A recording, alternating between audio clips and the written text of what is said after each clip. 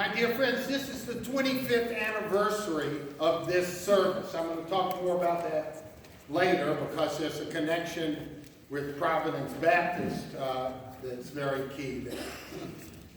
But I have to tell you, and this is the first time in 25 years that I really want to talk about something other than what I would normally talk about, because this year it's important that you understand that for the Jewish community, this year feels different.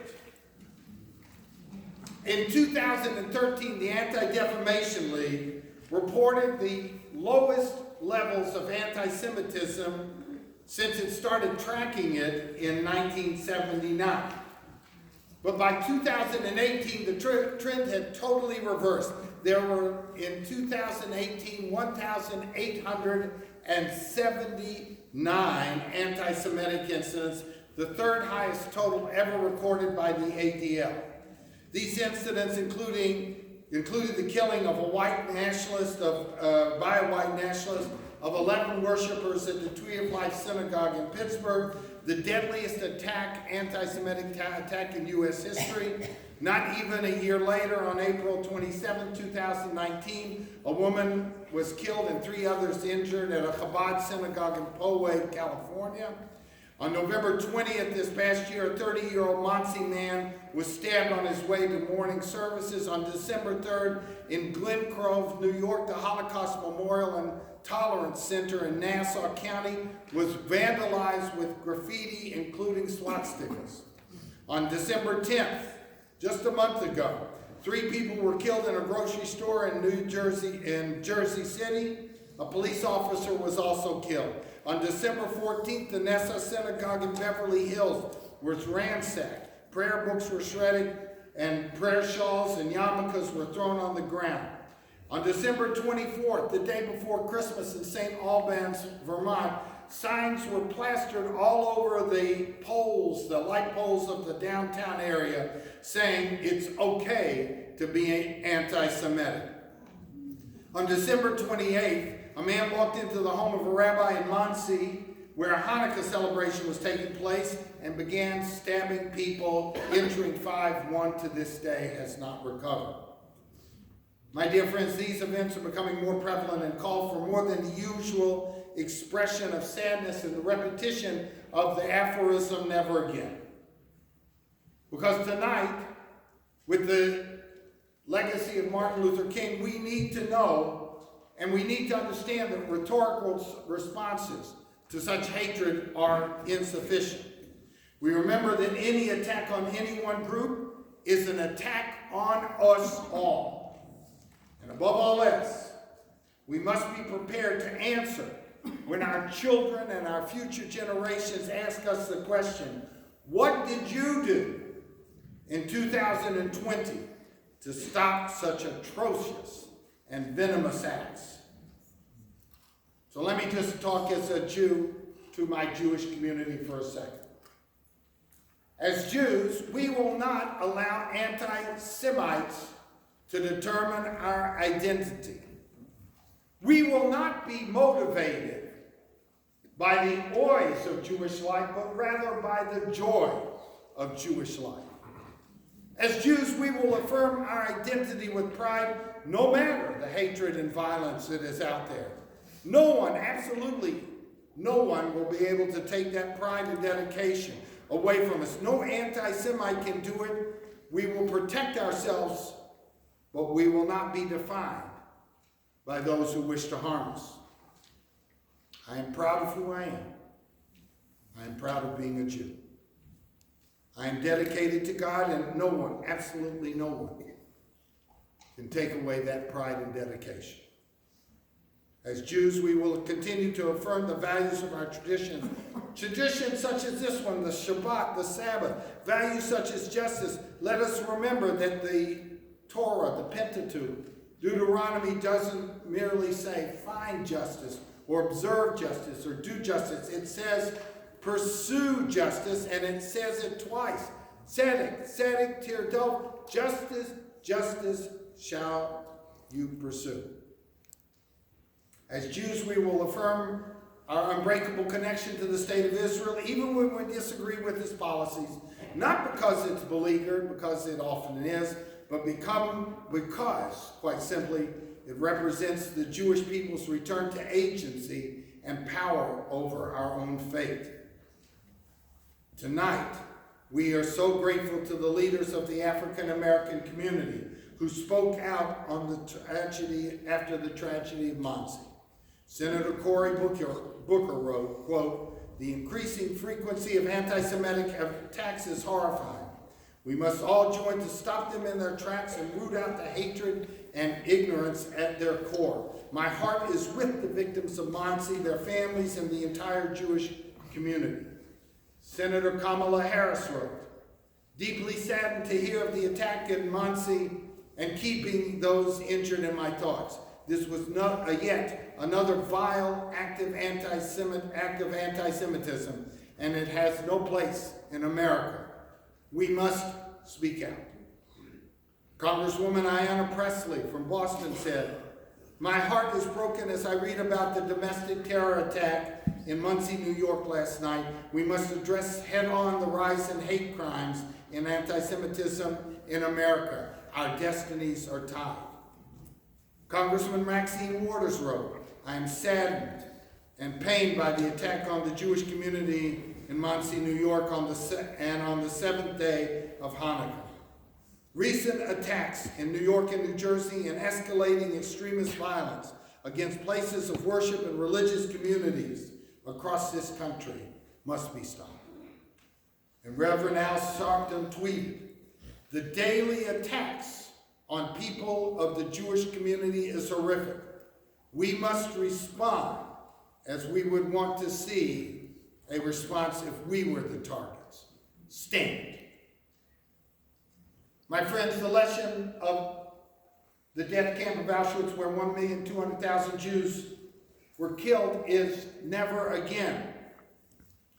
But for us as Jews, the lesson of Sinai is the challenge to become holy, just, and compassionate as a people. You know, America has experienced eras of crisis before, and as Jews in America, we've been victimized before, but in each case, catch this, historically, anti-Semitism and the increase of anti-Semitism has been a symptom of larger social maladies, revealing a more perilous state of American society. To repair the fabric of American society for the long term, however, will require fresh leadership and a renewed commitment to shared values. So tonight, especially on this 25th service, we are reaching out to our non-Jewish allies, especially those within the African American community. At the same time, we will recommit ourselves to working with the African American community towards the elimination of all bias, racism, and bigotry.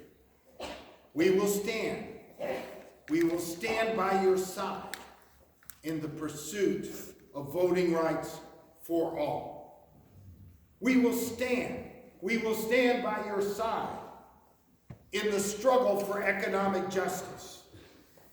We will stand side by side in the quest for diversity and inclusion for all of God's children. Realize that diversity is truly when you invite somebody to dinner.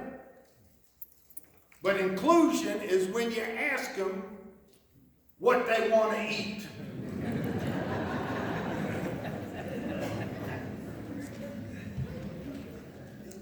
Martin Luther King of blessed memory wrote, quote, "In the end we will remember not the words of our enemies, but the silence of our friends." Rabbi Abraham Joshua Heschel. Here he is marching with Dr. King, is the one on the right. Rabbi Maurice Eisendrath, the president of Reform Judaism at that time, is in the center. They're carrying a sacred Torah scroll. This is an anti-Vietnam march in 1968, shortly before King's death. Rabbi Heschel once wrote, "The opposite of good is not evil. The opposite of good is indifference. In a free society where terrible wrongs exist, some are guilty, but all are responsible. The Holocaust survivor Elie Wiesel wrote, the opposite of love is not hate, it's indifference. The opposite of art is not ugliness, it's indifference. The opposite of faith is not heresy, it's indifference. And the opposite of life is not death, it's indifference. Tonight, we in the Jewish community are saying to the African American community and to the American community as a whole that we will not be indifferent and we will not be silent. We will stand side by side in prayer and in action in the pursuit of peace and in the struggle for health care for all of God's children. We will stand side by side, arm in arm. When Jewish people participate as Jews in wider social efforts, we ensure that we will not be fighting our battles alone. In 1965, Reverend Martin Luther King and Rabbi Abraham Joshua Heschel marched with other clergy across the Edmund Pettus Bridge in Selma, Alabama. This was a march for voting rights and justice. The Voting Rights Bill actually would be written in the Religious Action Center of Reform Judaism in Washington, D.C. But they marched across that bridge. A personal note, in 2014, I was invited by Congressman John Lewis to participate in the Faith and Politics pilgrimage to Selma on the 49th anniversary of that march. Together with 15,000 other people, we marched across the Edmund Pettus Bridge again. But next year, in 2015, the 50th anniversary, I was honored to organize the National Jewish Commemoration of the 50th anniversary of that march. This time, I crossed the bridge with 100,000 of my closest friends. And why were they my closest friends? Because they were committed, as I am, to justice. A few weeks ago, on January 5th, 25,000 people marched across the Brooklyn Bridge in New York in solidarity to say that hate has no place in our society and that we will not be fearful when we are called to stand up against bias, bigotry, racism, homophobia, and anti-Semitism.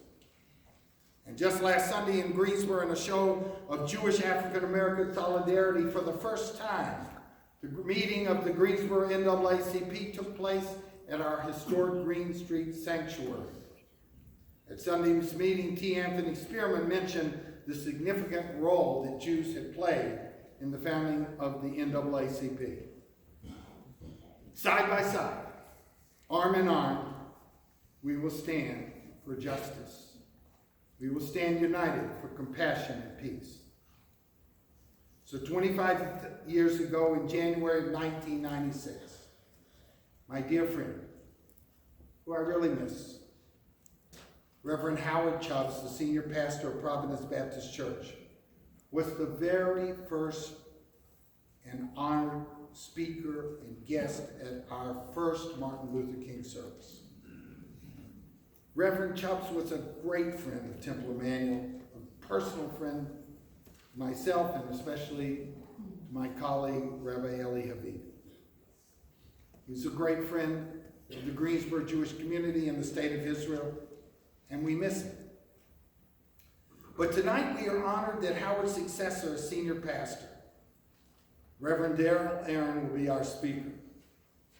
Under his leadership, Providence Baptist Church has had unprecedented growth. Dr. Aaron is regarded as a unique prophetic voice for justice and grace in the pulpit. He keeps his head upon the heartbeat of the community and has the courage to speak truth to power. Reverend Aaron holds a BA from North Carolina Central University, teacher certification from the University of North Carolina at Charlotte, a Master of Divinity from the School of Theology at Virginia Union University, and a Doctor of Ministry from Drew University. He has been actively involved in the community, serving on many community boards. He and his wife Monica are proud parents of Naomi, Audrey, and Noah Augustine. In 2016, I was privileged to attend an event to welcome this incredible man to Greensboro. In Yiddish, we would call Reverend Aaron a mensch. What does a mensch mean? A true, godly human being. And Reverend Aaron also joined us on the 2019 Interfaith Clergy trip to Israel. He's a wonderful friend. And tonight we stand together. We stand together, side by side, arm in arm. We stand together with our communities in our role as clergy in pursuit of the betterment of this world. My dear friends, we are deeply, deeply honored that you are with us here tonight. Please give a warm welcome to Reverend Darrell Aaron.